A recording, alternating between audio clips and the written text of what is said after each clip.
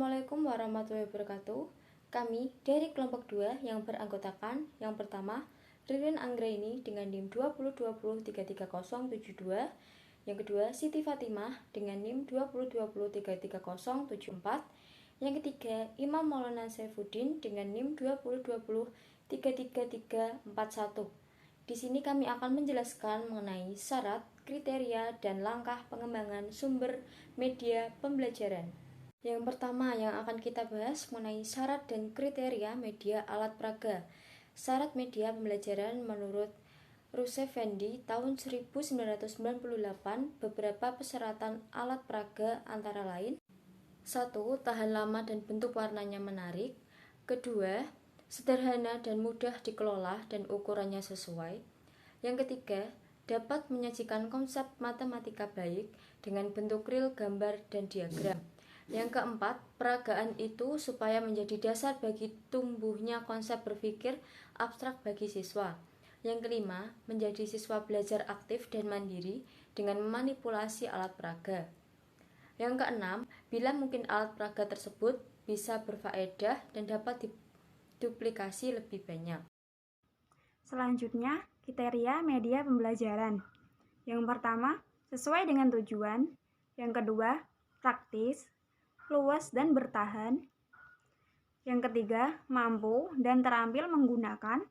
Yang keempat, mengelompokkan sasaran. Dan yang kelima, mutu teknis. Pertimbangan dalam memilih media pembelajaran. Yang pertama, kemudahan akses menjadi pertimbangan pertama dalam memilih media. Misalnya kita menggunakan media internet, perlu dipertimbangkan terlebih dahulu saluran untuk koneksi ke internet tersebut. Akses juga menyangkut aspek kebijakan. Yang kedua, kos biaya juga harus dipertimbangkan. Banyak jenis media yang dapat menjadi pilihan kita. Media canggih biasanya mahal, namun mahalnya biaya harus kita hitung aspek manfaatnya. Semakin banyak yang menggunakan, maka unit kos dari sebuah media akan semakin menurun. Yang ketiga, teknologi. Mungkin saja kita tertarik terhadap suatu media, tetapi kita harus memperhatikan tentang aspek pendukungnya. Yang keempat, interactivity. Media yang baik adalah yang dapat memunculkan komunikasi dua arah atau interaktivitas. Setiap kegiatan pembelajaran yang Anda kembangkan tentu saja memerlukan media yang sesuai dengan tujuan pembelajaran tersebut. Yang kelima, organization. Pertimbangan yang juga penting adalah dukungan organisasi. Apakah kepala sekolah mendukung atau tidak? Yang keenam, novelty. Kebaruan dari media yang Anda pilih juga harus menjadi pertimbangan. Media yang lebih baru biasanya lebih baik dan lebih menarik bagi siswa. Oke, sekarang kita masuk ke pengembangan media pembelajaran. Yang pertama ada menganalisis kebutuhan dan karakteristik peserta didik. Mengamati kesenjangan antara apa yang dimiliki peserta didik dengan apa yang diharapkan.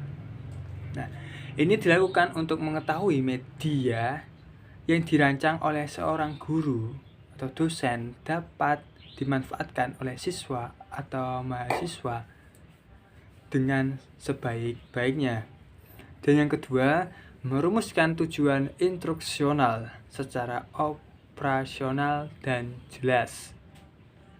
Nah, untuk dapat merumuskan tujuan instruksional dengan baik, ada beberapa ketentuan yang harus diingat, yaitu berorientasi pada kepentingan siswa, dinyatakan dengan kata kerja yang operasional. Dan yang ketiga ada merumuskan butir-butir materi secara terperinci yang dapat mendukung tercapainya tujuan. Nah, menyusun rumusan butir-butir materi adalah menyusun rumusan butir-butir materi dilihat dari sub kemampuan atau keterampilan yang dijelaskan dalam tujuan khusus pembelajaran, sehingga materi yang disusun adalah dalam rangka mencapai tujuan yang diharapkan dari kegiatan proses belajar mengajar tersebut. Nah, selanjutnya yang keempat ada mengembangkan alat ukur keberhasilan. Nah, alat ukur tersebut dibuat secara teliti dan direncanakan sebelum kegiatan belajar dilakukan. Alat ukur hasil belajar tersebut dapat berupa tes, penugasan, atau daftar cek perilaku, dan sebagainya. Oke, masuk ke poin kelima, ada menulis naskah media.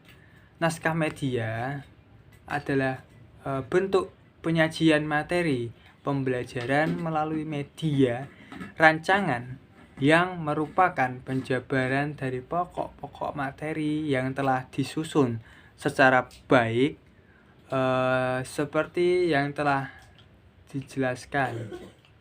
Nah, yang selanjutnya poin ke-6 ada mengadakan tes dan revisi.